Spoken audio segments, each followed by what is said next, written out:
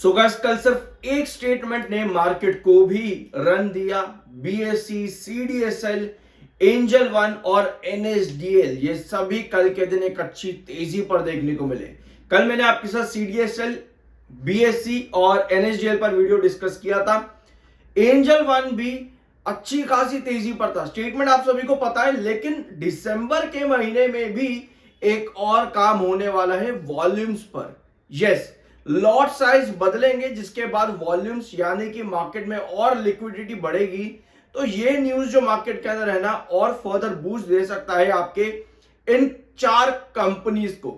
आने वाले लगभग 2 महीनों के अंदर इन चारों कंपनीज पर मेजर फोकस रहेगा। लेकिन एक खबर बार बार बीच में आकर के चुप जाती है थोड़ी बहुत, वो यही है कि भैया वीकली एक्सपायरी वाली जो खबर आती है।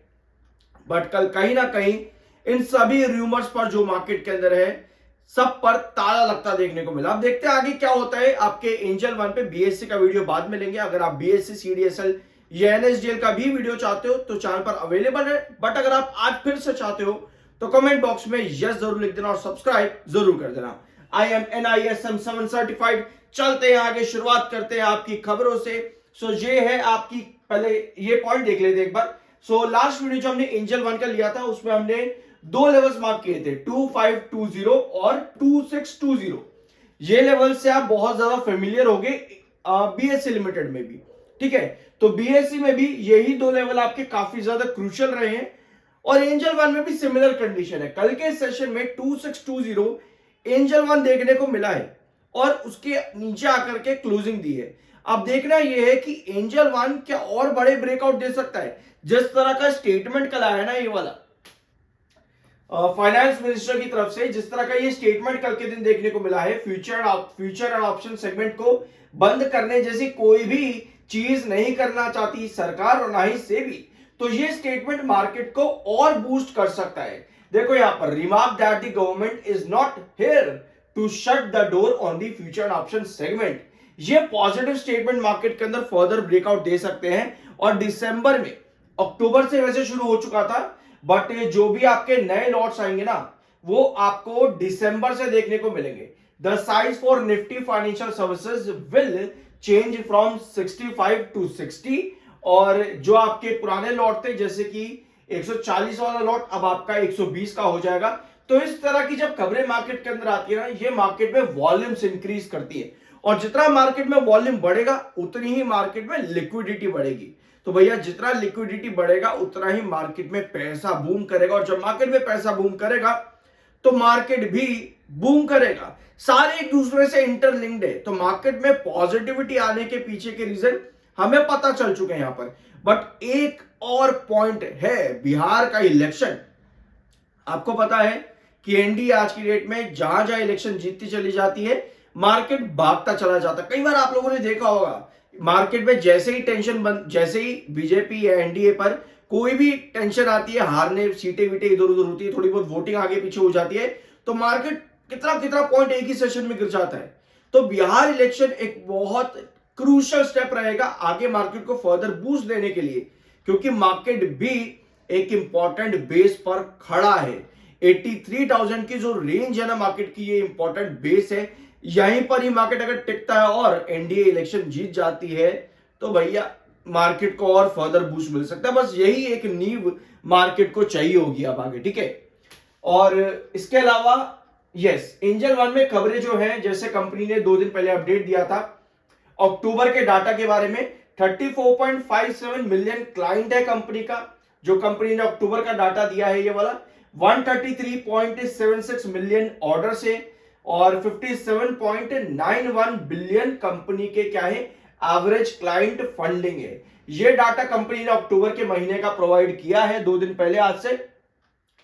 इसके अलावा 4 नवंबर को कंपनी ने एक सेटलमेंट भी किया है, जो कि आपका लिस्टिंग सेटलमेंट होता है। ठीक है, लिस्टिंग ऑब्लिगेशन का जो आपका सेटलमेंट होता है उसके ऊपर वॉयलेशन था, तो कंपनी ने कितना 34,57,145 ये अमाउंट कंपनी ने इस वॉयलेशन पर पे किया है। तो ये 2 खबरें अभी रही हैं आपके एंजल वन में recently. Apart from this, Q2 का जो रिजल्ट कंपनी का आया ना अभी सितंबर 2025, वहां पर कंपनी के रिवेन्यू में क्वार्टर ऑन क्वार्टर अच्छा ग्रोथ दिखा, लेकिन ईयर ऑन ईयर बेसिस पर कंपनी वो ग्रोथ को कैरी ऑन नहीं कर पाई। बीएससी के भी क्वार्टर 2 नहीं आए हैं, बट आपको प्री एनालिसिस ऑलरेडी चैनल पर मिल जाएगा, ठीक है। और प्रॉफिटेबिलिटी में भी कंपनी सिमिलर यही देखने को मिली, क्वार्टर ऑन क्वार्टर अच्छा प्रॉफिट था, but year on year basis पर कंपनी के प्रॉफिट जो है डिक्लाइन होते देखने को मिले। ओवरऑल जब भी आपको ऐसा दिखता है ना कि कंपनी बेंचमार्क क्रिएट कर रही है, अभी आपने देखा कि एंजल वन ना हायर हाइज और लोअर लोज क्रिएट कर रहा था। एक बार चार्ट पे आओ, यहां पे एंजल वन की कंडीशन क्या है कि हायर हाइज और लोअर लोज वाला चार्ट इसमें देखने को मिलता है। आपको भी क्या दिखा कि एंजल वन ने एक टाइम तक, जैसे कि सितंबर 2024 तक अपने रिजल्ट्स बेंचमार्क पर दिए। जब भी कोई कंपनी इस तरह से बेंचमार्क लगाती है और अचानक से कंपनी के रिवेन्यूज में डिप आए, इसका मतलब यह है कि रिवेन्यू को वापस से वो ग्रोथ दिखाना पड़ेगा जो सितंबर तक बेंचमार्क कंपनी लगा रही थी, ठीक है। अभी सितंबर 2025 जो आया है वो बेंचमार्क अभी तक नहीं आया 2024 के कंपैरिजन में। तो आने वाले 2 क्वार्टर 3 क्वार्टर जो रहेंगे वो कंपेयर होंगे पिछले साल के क्वार्टर से कंपनी के, कि कंपनी वापस वो बेंचमार्क्स बना पा रही है या फिर नहीं। ऑल दो क्वार्टर ऑन क्वार्टर धीरे धीरे कंपनी रिकवरी कर रही है रिवेन्यूज के अंदर, जो कि अच्छी बात है, बट जहां पर अचानक एक डिप आ जाता है, रिवेन्यू ग्रोथ जो है परसेंटेज वो आपका वहां पर टूट जाता है। सो अभी एंजल वन में भी आपको 2000 नहीं 2100, ठीक है, एंजल वन का 2100 का आपका क्रूशियल बेस था, याद होगा आप लोगों को। यहां से एंजल वन ने अभी तक तगड़ा रिटर्न दिया है। ये कंडीशन एंजल वन की 2620, ये आपका क्रूशियल रिस्ट्रिक्शन है। अगर आपने पिछला वीडियो देखा तो आपको मालूम होगा। अब यहां से ब्रेकआउट के चांसेस कितने हैं? हमारे पास न्यूज पॉजिटिव है, हमें चार्ट पता है कि भैया ये लेवल ब्रेकआउट करना जरूरी है। तो या तो भैया हमारे पास अगले ही सेशन में इस तरह की कैंडल बन जाए जो कि सस्टेनेबल ब्रेकआउट दे दे टूवर्ड्स से, कितना नेक्स्ट पोजीशन आती है 2720 की, ठीक है। आप चार्ट पर देखो, बेसिकली पुराने रिस्ट्रिक्शन या पुराने बेसिस जब आप नीचे से ऊपर आ रहे होते हो तो पुराने बेसिस आपके बन जाते हैं नए रिस्ट्रिक्शन, इसीलिए 2720 अब आपका नया रिस्ट्रिक्शन बनता है। एक पॉसिबिलिटी हम लेकर के चलते हैं कि सब पॉजिटिव है, मार्केट के अंदर पॉजिटिव न्यूज है, कुछ नेगेटिव नहीं है, तो उस कंडीशन पर हम लेके चलते हैं कि भैया हमें एक सस्टेनेबल ब्रेकआउट मिल जाए सीधा 2620 के ऊपर 2720 पे, ठीक है। एक तो पॉइंट ये आता है। दूसरा पॉइंट आता है कि मार्केट थोड़ा स्टेबल होने की कोशिश करता है और 14 नवंबर का वेट करेगा इलेक्शन रिजल्ट के आने की, ये पॉसिबिलिटी हम लेकर के चलते हैं, ठीक है। तो उस कंडीशन पे 2620 हमारा स्टेबल रहेगा, यानी कंसोलिडेट करने की कोशिश करेगा, और 14 नवंबर को पॉजिटिव आउटकम आ गया तो उस कंडीशन पर भी आपका ब्रेकआउट यहां से पॉसिबल है। यानी कि चार्ट से आपको क्या समझ में आ रहा है कि मुझे डिसीजन क्या लेना है नेक्स्ट, समझ रहे हो। अगर आपने 2100 से अपनी एंट्री करके रखी है, 2100 से अगर आपने एंट्री करके रखी है, तो आपको पता होगा कि एंजल वन ने यहां पर एक स्विंग पैटर्न करके ब्रेकआउट दिया है। वी डिस्कस भी किया था ये पॉइंट हम लोगों ने कि स्विंग पैटर्न यहां पर क्रिएट कर रहा है। ऑल्दो जो ब्रेकआउट है वो जो हमने डिस्कस किया था उसके बड़ा मिला है, ठीक है। इतना बड़ा ब्रेकआउट एंटिसिपेट नहीं किया था पिछले वीडियो में। मैं खामा क्यों आपको बोलूं कि भैया मैंने कहा था यहां तक जाएगा, नहीं, इतना बड़ा ब्रेकआउट एंटिसिपेट नहीं किया था। 2100 हमने रखा था अपना बेस, और हमने जो एंटिसिपेशन रखी थी वो थी 2240, ठीक है। उसके बाद जो आपकी न्यूज के आउटकम्स आए, एंजल वन न्यूज पर आपको बहुत अच्छा घूम करके जा रहा है। तो 2620 2520 पिछले 3 वीडियो से ये हमारे क्रूशियल रिस्ट्रिक्शन है, और यहां पर कंसोलिडेशन आपका बना और ये ब्रेकआउट अब मिला है पिछले सेशन के अंदर। तो हमारी पॉसिबिलिटी ये कहती है कि अगर पॉजिटिविटी बनी रहती है तो अगला सेशन आपका सीधा ब्रेकआउट कर जाएगा टुवर्ड्स 2720 पे, ठीक है। दूसरी कंडीशन ये कहती है कि अगर मार्केट 14 नवंबर का वेट करना चाहता है तो उस कंडीशन पर क्या होगा, कंसोलिडेशन चलेगा। उसके बाद 14 नवंबर को जो भी आपका आउटकम पॉजिटिव आता है, फिर स्टॉक आपका एक बड़ी कैंडल बना करके 2720 को ब्रेकआउट कर देगा। ओवरऑल एंजल वन का चार्ट इस समय काफी ज्यादा पॉजिटिव है, एक डायगोनल पर स्टॉक काम कर रहा है। यहां से इसी तरह से पॉजिटिव मोमेंटम बना रहता है तो यस 2720 के बाद आपके नेक्स्ट जो टारगेट्स बनते हैं अराउंड 2900 के।